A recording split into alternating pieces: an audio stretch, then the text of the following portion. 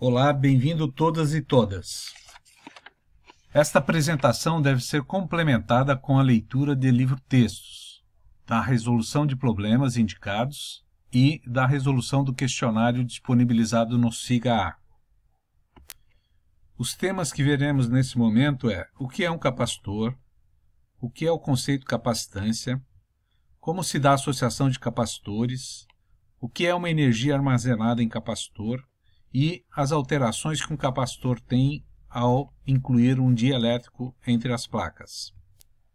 No primeiro exercício de capacitância do livro do Halliday, se pergunta qual é a capacitância do sistema abaixo. Mas qual é o sistema abaixo? É uma configuração formada por duas ferramentas, serrote e chave inglesa. Essas duas ferramentas estão eletrizadas com cargas iguais. Pode parecer estranho, mas essa configuração é um capacitor, ainda que não tenhamos nenhuma simetria entre os dois condutores eletrizados. Mas o que é um capacitor? Um capacitor é qualquer arranjo espacial de um par de condutores eletrizados com cargas opostas e iguais. Esse sistema armazena uma energia potencial elétrica e é claro que vamos tratar neste momento de capacitores com simetria simples entre as placas. Observe os tipos de capacitores comerciais que temos. Esses capacitores normalmente compõem os circuitos eletrônicos. Veja ao centro um capacitor variável de placas paralelas, normalmente usado em sintonizações nos rádios antigos. Observe do lado direito, no circuito elétrico, a representação simbólica do capacitor. A capacitância é o conceito central que trabalharemos nesse momento. Dada duas placas condutoras eletrizadas com cargas opostas e iguais, denominamos de capacitância a razão da carga das placas de um capacitor pela diferença de potencial estabelecida entre essas placas. Essa razão é uma constante no capacitor. Observe que carga e diferença de potencial estão vinculados. Quando se altera um, se altera outro. A unidade de capacitância é o Faraday.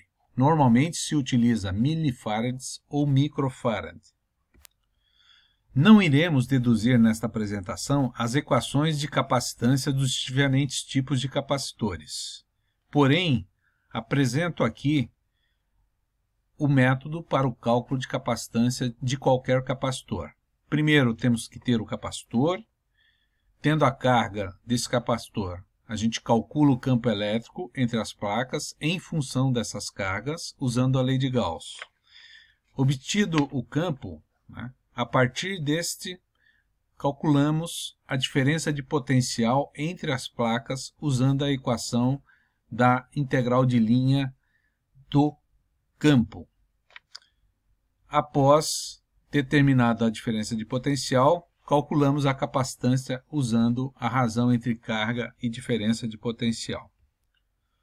Temos aí alguns tipos de capacitores e as suas respectivas equações para o cálculo de suas capacitâncias. Observe que nessas equações a capacitância só depende da geometria do capacitor, ou seja, da sua área, da distância entre as placas, do raio da própria área.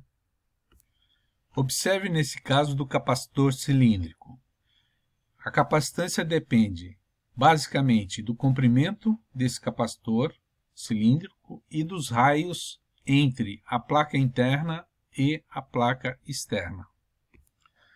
São várias as possibilidades de associarmos capacitores. Dentre essas, temos duas simples, uma associação em série ou em paralelo. Mas também poderemos ter associações mais complexas, que normalmente é a combinação desses dois tipos de associações simples.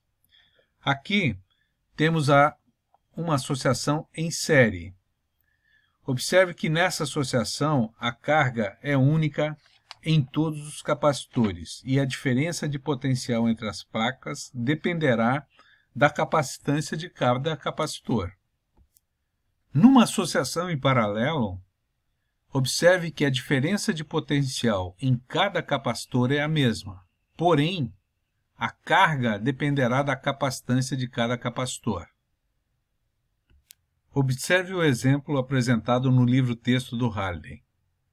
Refaça esse exercício no seu caderno e atente-se aos passos dados. Ao final dessa resolução, nós temos todas as informações relativas aos capacitores, ou seja, sua capacitância, a carga nas placas e a diferença de potencial entre as placas. Chegamos ao ponto mais importante relativo ao capacitor, que é exatamente a energia potencial elétrica armazenada no campo elétrico desse capacitor. Esta energia é dada pelas equações aí apresentadas.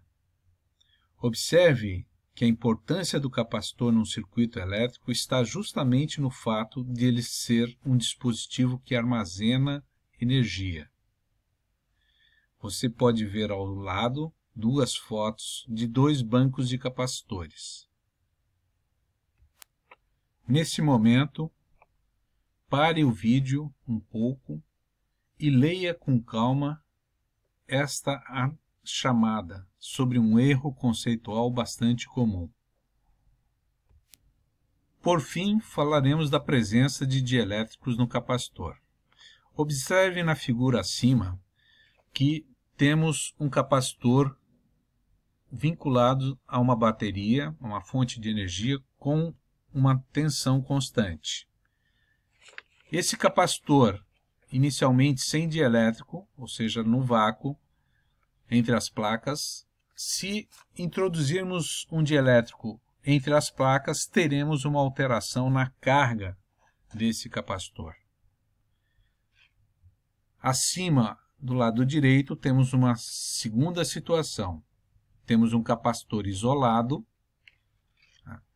que tem uma tensão entre as placas, e à medida que introduzimos entre as placas o dielétrico, observe que há uma alteração na tensão entre as placas. Abaixo você tem uma representação pictórica da situação de uma visão atômica do campo elétrico, né, no interior de um dielétrico, ou seja, o campo elétrico resultante da polarização desse dielétrico. Esta polarização do dielétrico pelo campo original do capacitor irá criar um campo inverso, diferente do campo original. Desta forma, teremos a alteração da capacitância. E essa alteração da capacitância será dimensionada pelo valor da constante dielétrica do dielétrico. Esta constante será um multiplicador da constante dielétrica do vácuo, e também a introdução de um dielétrico entre as placas do capacitor levará a um conceito de rigidez dielétrica, ou seja, a tensão, a diferença de potencial entre as placas terá um limite. Após esse limite, ocorrerá o rompimento do dielétrico. Nesse sentido, nós temos nessas tabelas tanto a constante dielétrica quanto a rigidez dielétrica. Para complementar essa breve apresentação, lembre-se de fazer uma leitura do livro, texto.